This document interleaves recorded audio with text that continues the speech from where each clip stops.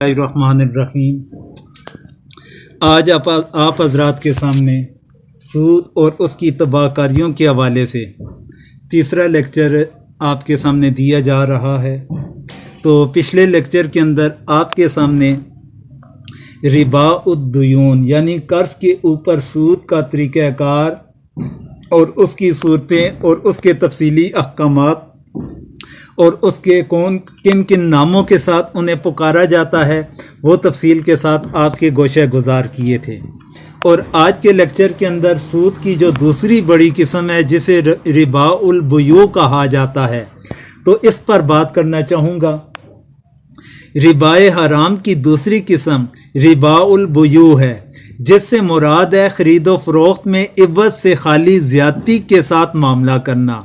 یعنی کہ کاروبار کے اندر خرید و فروخت کے اندر عوض سے جو خالی زیادتی ہو اس کے ساتھ معاملہ کرنا، اسے ربا البیوع کہتے ہیں۔ اب اس کی تفصیل آگے میں سمجھاؤں گا انشاءاللہ۔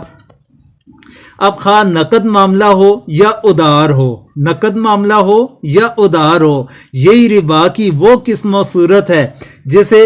شریعت کے بیان سے پہلے لوگ ربا نہیں سمجھتے تھے، یعنی اس چیز کو شریعت نے ثابت کیا، شریعت کے واضح کرنے کے بعد اس چیز کی وضاحت ہوئی تھی۔ شریعت سے پہلے اس چیز کو لوگ سود نہ سمجھا کرتے تھے، اور آج بھی کم از کم ہمارے ملک کیا بلکہ اکثر ممالک کے عوام یہ نہیں سمجھتے کہ ان چیزوں میں بھی شریعت نے ربا مان کر یعنی سود مان کر اس کے احکام جاری کیے ہیں۔ حالانکہ فقہائے کرام نے ہر دور میں اپنی کتابوں میں خاص اسی صورت کا ذکر کیا ہے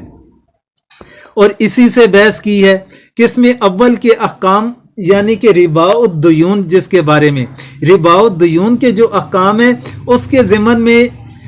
وہ اس کے ضمن کے اندر بیان کیے جاتے ہیں کہ اصل اس کا تذکرہ کیا جاتا ہے، اس کے تذکرے کے ضمن کے اندر ربا الدیون یا قرض کے اوپر جو سود کے معاملات ہیں وہ اس کے ضمن کے اندر آ جاتے ہیں، یا پھر فقہائے کرام نے اسے بیع و صرف کے عنوان کے ساتھ ذکر کر کے اس کے احکامات کو زیادہ تر اس کے اندر ذکر فرمایا۔ قرآن مجید کے ظاہری الفاظ اس قسم کو شامل نہیں۔ یہ ربا البیوع ہے تو قرآن مجید کے ظاہری الفاظ کو دیکھا جائے وہ اس کے اوپر محمول نہیں کرتے، وہ اس کے اوپر لاگو نہیں نظر آتے ہمیں، بلکہ حضور اکرم صلی اللہ علیہ وسلم کے اس ارشاد کے ذریعے اس کو جانا گیا جو تمام کتب حدیث کے اندر ان کی روایت معروف بھی ہے اور نقل بھی کی جاتی ہے، اور اس کی تفصیل انشاءاللہ آئندہ آپ کے سامنے ذکر کی جائے گی۔ اب ربا الفضل حضرت عبداللہ بن عباس اور حضرت عبداللہ بن عمر رضی اللہ عنہما کی روایت سے آ رہی ہے۔ بہرحال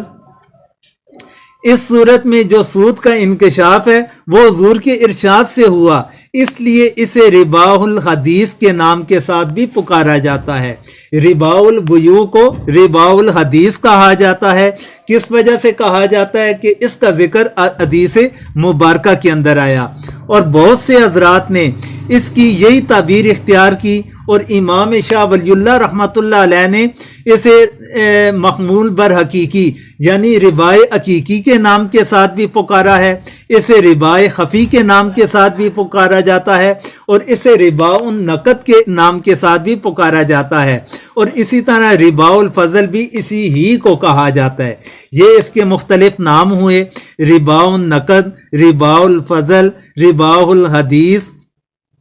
اور ربا خفی، یہ اس کے مختلف نام ہیں جن ناموں کے ساتھ، یا ربا البیوع یہ اس کے مخصوص نام ہے جن ناموں کے ساتھ سود کی اس قسم کو پکارا جاتا ہے۔ تو اس کے بعد انشاءاللہ ربا البیوع کی کون سی شکلیں ہیں اور اس کی کون سی اقسام آئیں گی، اس پر انشاءاللہ آئندہ لیکچر کے اندر تفصیل کے ساتھ آپ کے سامنے بات کی جائے گی۔ انہی الفاظ کے ساتھ اجازت چاہتا ہوں۔ آخر کے اندر آپ سب سے دعاؤں کی درخواست ہے۔